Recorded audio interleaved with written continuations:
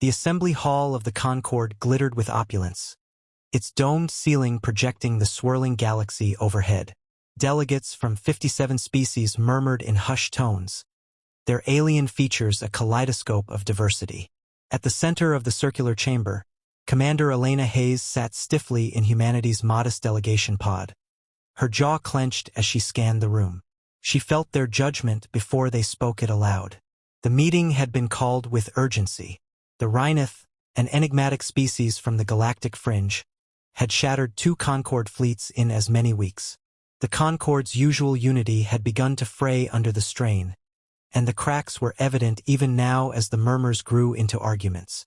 "We cannot afford to send more ships to the frontier," roared a Scathan delegate, his gelatinous form quivering under the spotlight.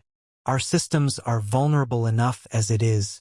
A Zalari counselor, her crystalline body shimmering, interjected, "If we do nothing, the Rhineth will consume us one by one. They are not content with borders, they seek domination." The arguments spiraled, each species prioritizing their own survival. Hayes felt a surge of frustration but masked it behind a calm exterior.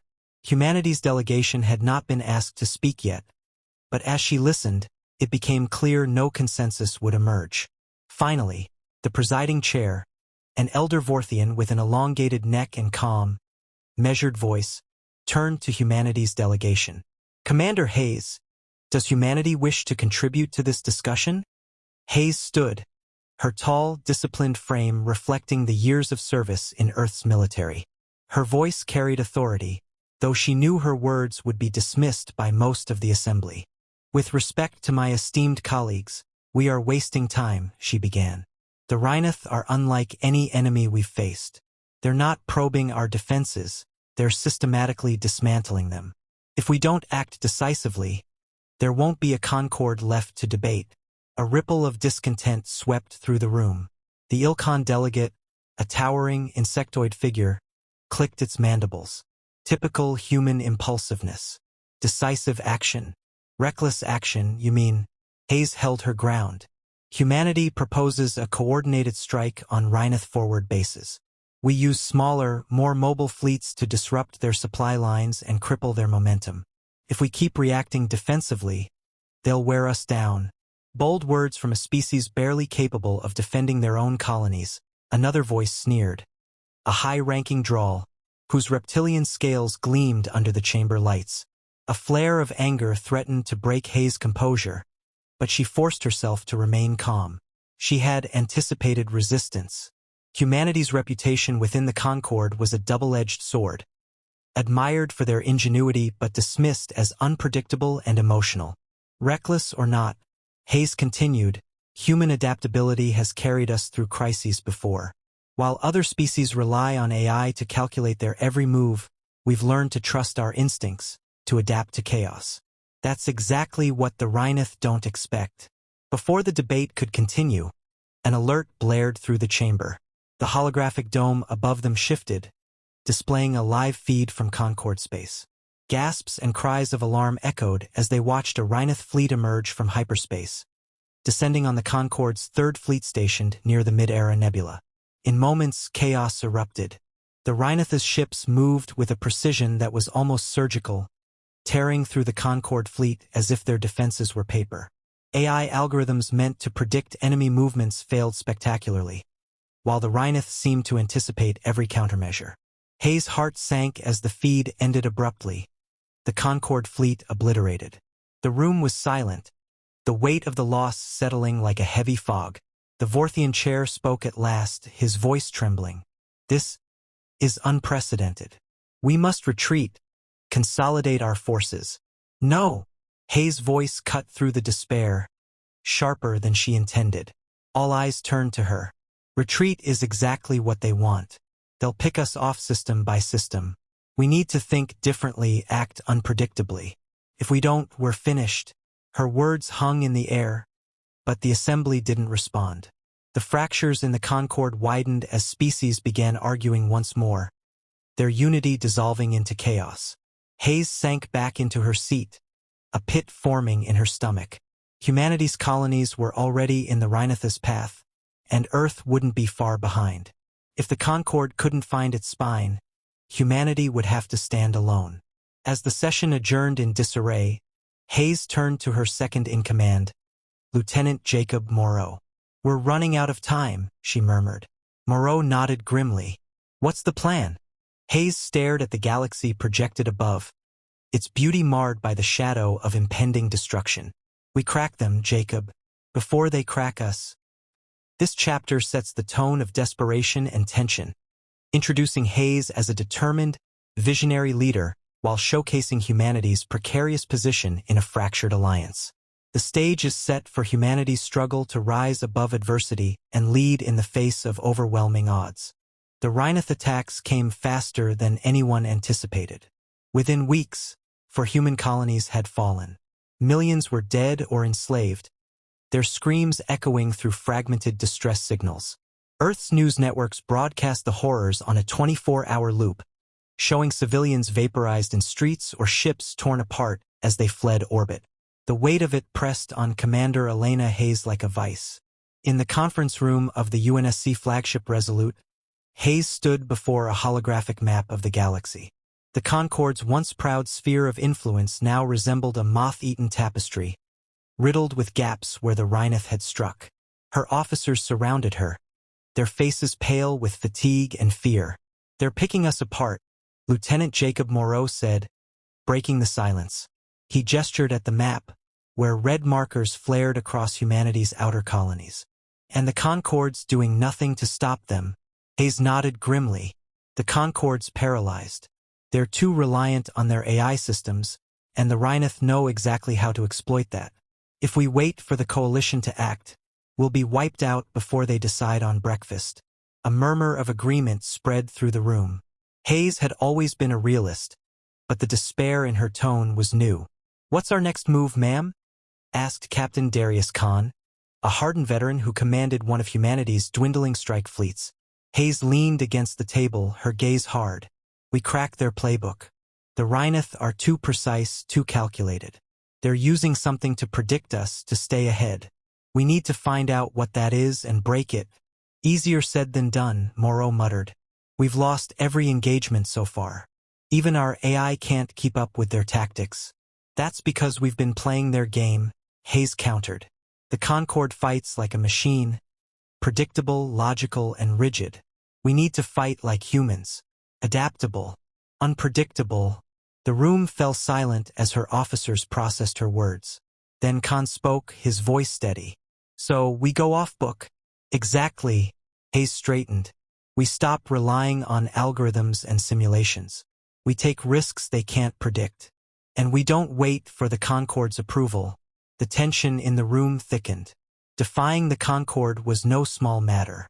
But as the officers exchanged glances, they saw the same determination in each other's eyes. "Ma'am," Moreau said quietly, "even if we go rogue, it might not be enough. The Rhinoth have something we don't, something that gives them an edge." Hayes' lips tightened. "Then we find out what it is. And when we do, we turn it against them." Later, in her quarters, Hayes sat alone, reviewing intercepted Rhinoth transmissions. The alien language was incomprehensible, but patterns emerged, subtle hints that their strategies weren't entirely organic. A knock at the door startled her. Moreau stepped inside, holding a datapad. "You need to see this." He handed her the pad, its screen displaying the decrypted analysis from a captured Rhinoth probe. Hayes' breath caught as she read the findings. "They're not just predicting us," she whispered. "They're controlling the battlefield." Moreau frowned. "How?" Hayes stood, her mind racing. "Their systems don't just adapt, they manipulate. They've been feeding false data into the Concorde's AI networks, skewing our strategies before we even implement them. That's why we're always 2 steps behind." The realization hit like a hammer. The Rhinoth weren't just exploiting weaknesses, they were creating them. Moreau's voice was grim. "What do we do now?" Hayes met his gaze, her eyes blazing with resolve. "We stop fighting like the Concorde. We start fighting like us." This chapter deepens the tension, illustrating the mounting despair as humanity faces existential threats. Hayes' discovery of the Rhinoth's manipulation sets the stage for humanity's shift from traditional strategies to bold, unpredictable tactics. It also highlights her determination to embrace humanity's strengths in a way the Concorde never could. The Resolute hurtled through hyperspace, its crew a hive of quiet determination. Commander Elena Hayes stood on the bridge, her eyes fixed on the star map projected in front of her. Small green markers indicated the positions of her strike teams, scattered across Rhineth-controlled space. They were humanity's last hope, a gamble that could either turn the tide or doom them all. Strike Team Alpha has reached the target. Lieutenant Jacob Moreau reported from the tactical station. Captain Khan is beginning the operation. Hayes nodded, her jaw set. Keep the channel open. I want to hear everything.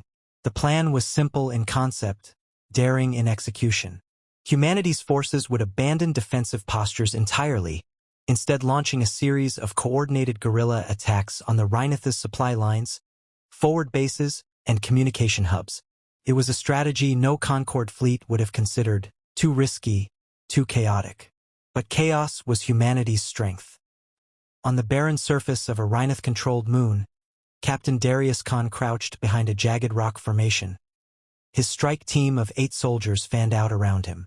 The air was thin, the sky a hazy red, and the massive Rhineth comms tower loomed in the distance. Khan's voice crackled through the comms. Team Alpha, this is it. Disrupt the tower, and we cripple their command network for this entire sector. No room for error. Move.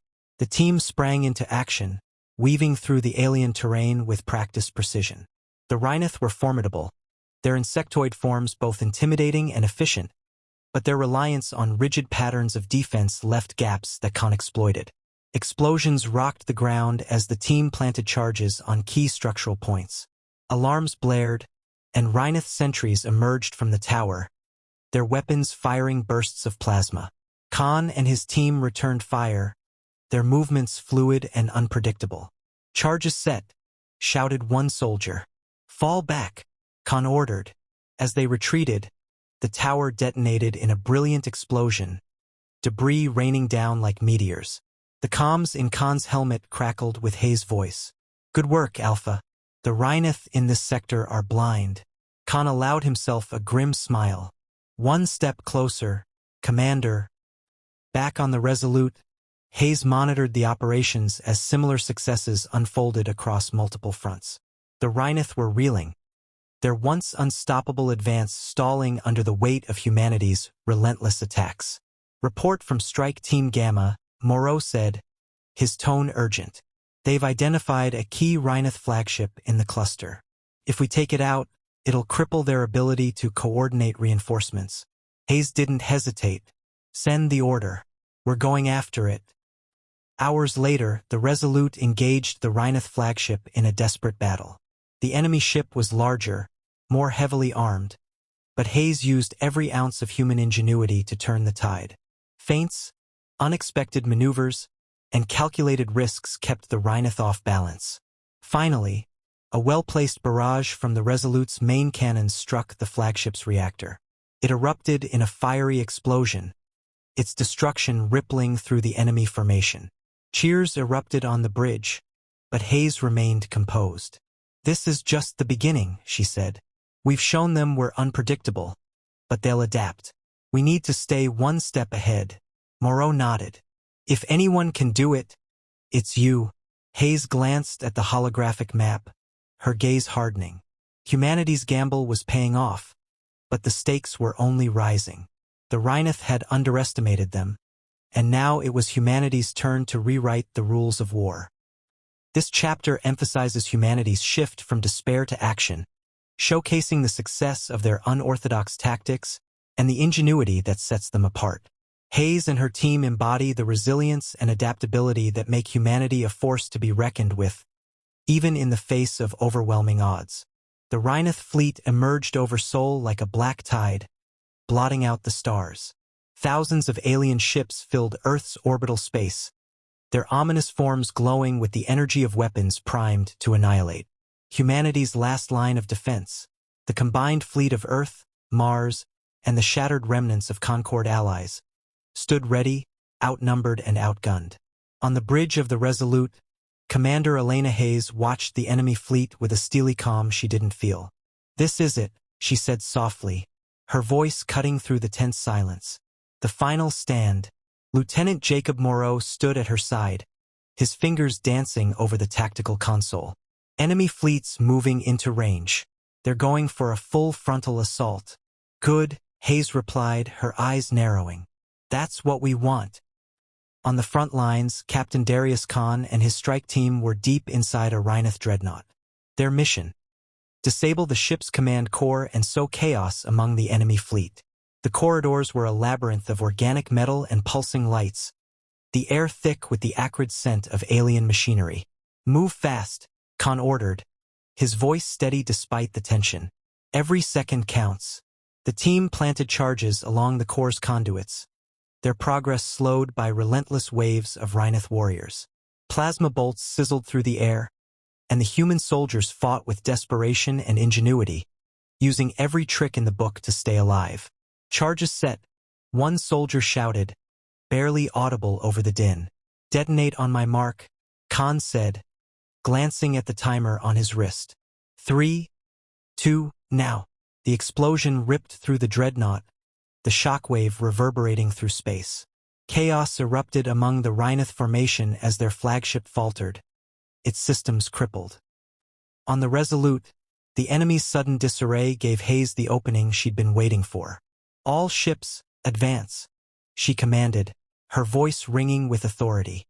The human fleet surged forward, their smaller, faster ships darting through the gaps in the Rhineth lines. Unpredictable and relentless, they exploited every weakness, targeting the alien vessels with devastating precision. But the Rhineth adapted quickly. Their ships regrouped, concentrating their fire on the Resolute and the other human capital ships. The bridge shook violently as another barrage struck the hull. "Shields at 20%. Moreau shouted. Hayes clenched her fists, her mind racing. The fleet was holding, but it wouldn't last. Not unless they did something drastic. Her eyes fell on Earth's last orbital shipyard, a massive, half-completed structure drifting nearby. An idea both brilliant and horrifying took shape. "Order the shipyard to ram their command vessel," she said. The bridge fell silent. "Ma'am?" Moreau asked, stunned. "You heard me," Hayes said. "It's our only chance." The shipyard, stripped of its crew and remotely piloted, lumbered toward the Rhineth command vessel. The enemy opened fire, but the massive structure was too large to stop. "Impact in 10 seconds, Moreau said, his voice tight. Hayes closed her eyes. For humanity, the collision was cataclysmic. The Rhineth command vessel shattered, a chain reaction of explosions ripping through their fleet. The human ships pulled back as the enemy forces disintegrated, their cohesion destroyed. Cheers erupted across the fleet, but Hayes remained solemn. On the Resolute's bridge, she stared at the debris field where the shipyard and Rhineth flagship had once been. "We won," Moreau said, his voice thick with emotion. Hayes nodded, her expression grim. "At a cost." Later, as humanity celebrated its survival, Hayes delivered a broadcast to the galaxy. Her words echoed with both sorrow and triumph. This was the moment humanity cracked under the weight of loss, of despair. But it was also the moment we cracked the Rhineth.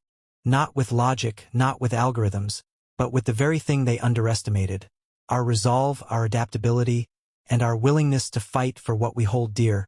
The message resonated across the Concord, inspiring allies and silencing critics.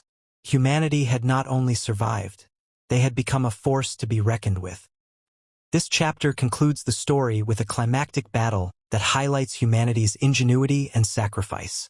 The unforgettable moment becomes a turning point for humanity's role in the galaxy, cementing their place as both survivors and leaders.